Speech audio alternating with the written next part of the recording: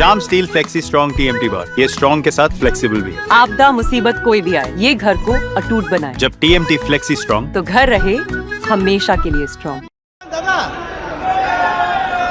सामने से भैया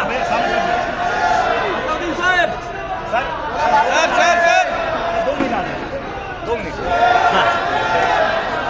2 मिनट सर ये जो कास्ट बेस्ड सेंसस हो रहा है इसमें क्या कहिएगा? बहुत तरह से टिप्पणियां आ रही हैं सर।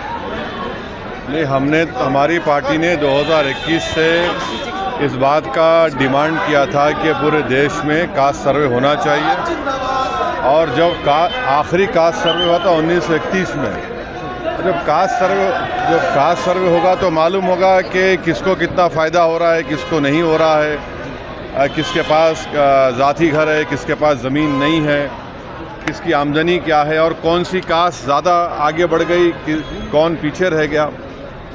तो ये बहुत ज़रूरी है, और हम बीजेपी से एक ही बात कहेंगे और NDA से कहेंगे कि आप टाइमलाइन बता दीजिए, कब शुरू होगा, कब ख़त्म होगा, और इसको लागू कब किया जाएगा। क्या ये 2029 के पार्लियामेंट के चुनाव से पहले होगा या नहीं होगा। और दूसरी बात यह है कि पसमानदा मुसलमानों के लिए उनकी क्या स्थिति है, ज़मीनी हकीकत सबको मालूम हो जाएगी, क्योंकि वो पसमानदा हैं।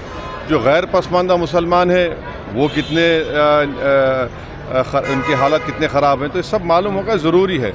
देखिए, अमेरिका ने जब अफर्मेटिव एक्शन की बात की थी, तो उसके बाद जो अफ्रीकन अमेरिकन थे और जो जूस थे और जो चाइनीज़ लोग थे, एक 3 मिसाल दे रहा हूँ, वो अफर्मेटिव एक्शन से उनको फ़ायदा हुआ, अमेरिका एक ताकतवर मुल्क बनता गया। तो ये भारत के लिए भी ज़रूरी है कि इस तरह का सेंसस हो, और उसके बाद जो इक़दामात या स्टेप्स लेना पड़ेगा वो लेना पड़ेगा। सर वाकफ को लेके बंगाल में बवाल हो रहा है, क्या बोलिएगा? वाकफ को लेके बंगाल में क्या बवाल हो रहा है? नहीं, देखिए, हिंसा नहीं होनी चाहिए।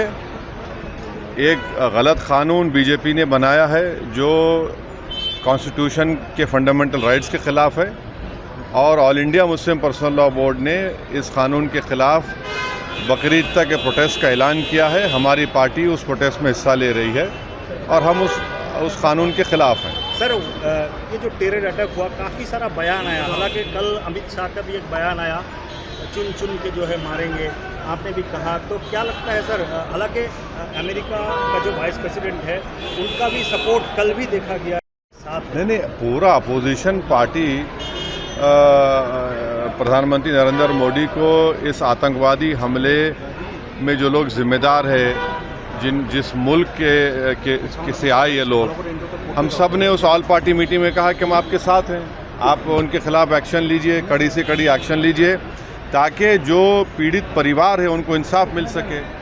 और पाकिस्तान से हम देखते हैं कि टेररिस्ट आते हैं भारत में, और आकर इस तरह की उन्होंने बड़ी गंदी हरकत की कि उन्होंने पहले महिलाओं को, बच्चों को अलग किया, फिर मर्द लोगों को अलग किया, और फिर उनका मज़हब पूछा, और जब उन्होंने कहा कि उनका धर्म हिंदू है तो उनको गोली मार दी। तो ये तो बहुत ही गंदी हरकत, और जितना भी इसको कंडेम किया जाए कम है। हम फिर से कहते हैं कि भारत सरकार को, उन परिवारों को, बल्कि देश ये जानना चाहता है कि उन आतंकवादियों को, और उन आतंकवादियों को जो मुल्क पाकिस्तान सपोर्ट कर रहा है, उनके ख़िलाफ़ भारत सरकार अपने तरीके से जो एक्शन लेना चाहती है ले, हम तो सपोर्ट करेंगे। सर, पाकिस्तान के वाघा जो है, अब बस हो गया। सर